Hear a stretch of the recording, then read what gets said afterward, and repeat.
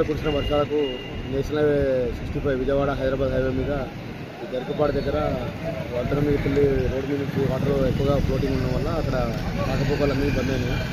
కనుక ప్రజలందరూ కూడా విజయవాడ వెళ్ళే వారందరూ కూడా అద్దంకి నార్కట్పల్లి అద్దంకి హైవేని యూజ్ చేస్తూ విజయవాడ చేరుకోవాల్సిందిగా కోరుతున్నాము.